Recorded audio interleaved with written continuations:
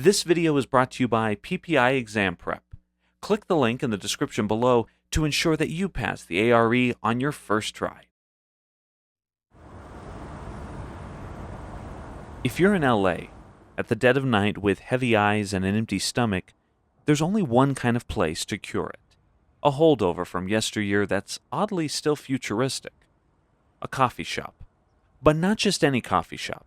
It's got to be one with an illuminated sign that stands tall, acting like a beacon to the tired, sometimes hungover masses yearning for a warm, welcoming place.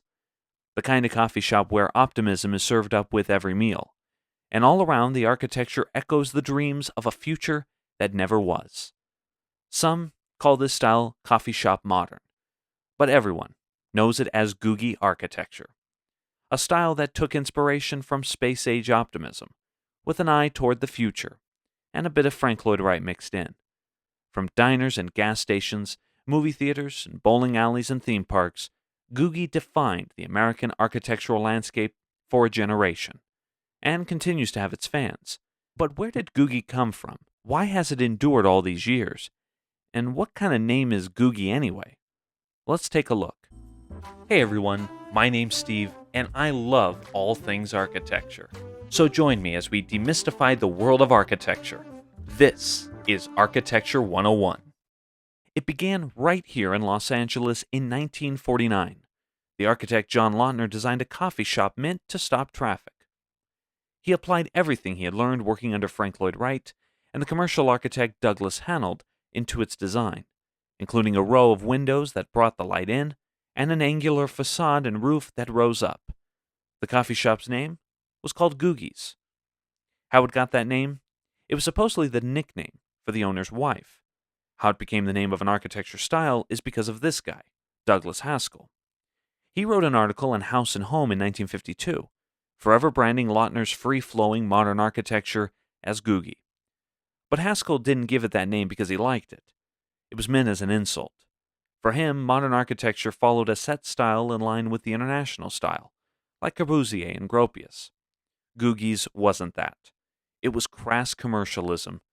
To drive his point home, Haskell concluded his critique of Googie by writing, quote, "It's too bad our taste is so horrible, but it's pretty good to have men free." The reality was, the ideas behind Googie weren't entirely new. They originated in the 1930s with streamlined moderne. It took inspiration from the country's growing car culture. Its rounded edges, towering pylon signs, and bright colors made it perfect for architects tackling the new vernacular of car-centric developments, like gas stations or drive-in restaurants. The architecture historian Alan Hess wrote once that streamlined moderne was a, quote, dress rehearsal for the democratic technological future of the 1950s. The breakout of World War II all but spelled the end for streamlined moderne. But the challenge to design buildings within a changing landscape remained. By the time Lautner designed the first Googies, optimism had returned to the country, along with new technologies. We now had rockets, jet planes, atomic energy, and plastics. And architects were ready to apply this newfound optimism and technology into their work. They did this by using abstractions of the era's iconography, like atoms, stars, planets, rockets, and wrapped these motifs within bold new forms and colors. And remember when I mentioned Frank Lloyd Wright? Well, his work greatly influenced Googie architects, taking the way he blurred the line between the indoors and the outdoors, along with a mixture of natural and industrial materials and the use of low-slung roofs. As the 1940s turned into the 1950s, Googie architecture exploded around the country. The firm that perfected Googie was the firm Armet and Davis. They designed a total of 4,000 Googie-designed structures across the country, including restaurants for Denny's and Bob's Big Boy. By far their most recognizable designs came from their work at the restaurant chain Norms. They designed their first Norms in 1955, but it was their 1957 Norms along La Cienega Boulevard in LA that made them iconic. Inspired by a plane's wings, the architects created the company's signature pennant motif that was featured on the roof, sign, and logo. The firm was also responsible for designing the menus and even the employees' uniforms. Inside, architect Helen Fong created a rich interior filled with different materials, with terrazzo floors, brick columns, and glass. Her command of color shows in a clash of gleaming white booths, stark black walls, and bright orange chairs. She included modern art as well, and she designed every light fixture in the dining room. Another impressive restaurant by the firm is Pan's from 1958. Located on a triangular plot of land in the middle of the city, they designed an urban oasis with tropical plants and palm trees surrounding the building. Again, Fong's interior shines with tables and booths arranged in an intimate setting. And the use of stone and walls of glass connected the inside with the nature outside. Beyond diners, though, Googie found its way into the design for gas stations, including this one by Jin Wong with William Pereira, featuring its sweeping canopy. The LAX theme building from 1961 looks like a landed spaceship with its pair of arches rising 135 feet in the air. The era's bowling alleys were also designed in the Googie style. Take the Covina Bowl by Powers, Daly, and De Rosa, with its A-frame entrance and sign. Even sports stadiums got in on the Googie craze. The 1967 Anaheim Arena by Adrian Wilson and Associates looks like a flying saucer, with its walls that angle up and were topped by a dome supported in part by a large concrete arch that spanned the entire length of the arena.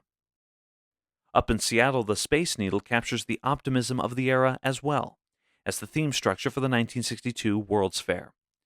The building, designed by John Graham Jr. and Victor Steinbruch, used the public's fascination with outer space to influence their design. A flying saucer appears at the top of a set of spindly legs that look almost weightless. Across the country in Miami, Morris Lapidus added touches of the style to his shade structures for his Lincoln Mall project.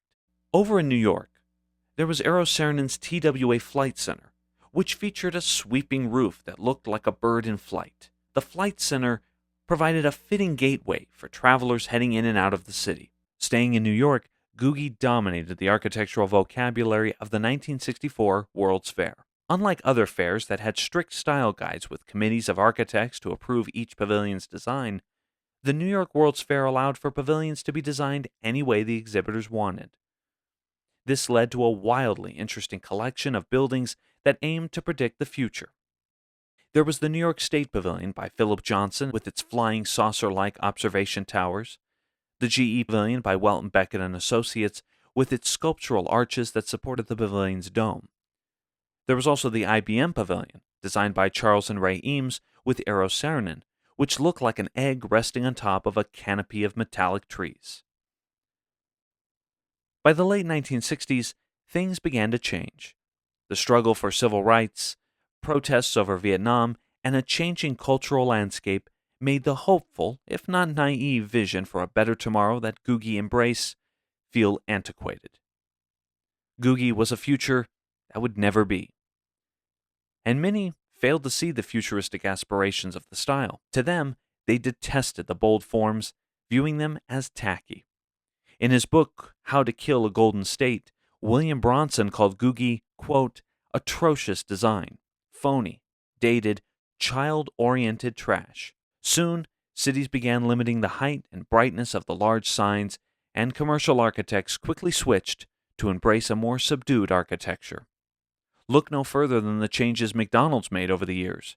In the 1950s, Stanley Meston designed a striking restaurant that sported the now famous golden arches.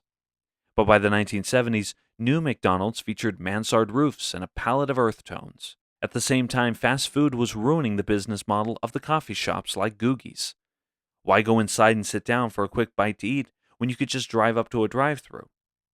This led to many coffee shops closing, including the original Googie's in 1989. Many of the closed restaurants were quietly demolished or heavily altered for a new use.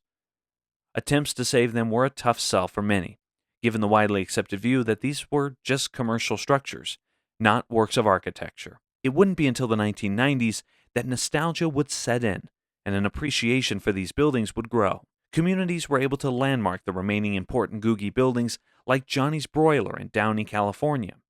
The landmark status wasn't enough, though, to save it from an illegal demolition attempt in 2007. Thankfully, community groups banded together to rebuild the restaurant, opening it up in 2009 as a Bob's Big Boy. In November 2024, Raising Cane's announced plans to close the Los Cienega Norms for a new Raising Cane's location.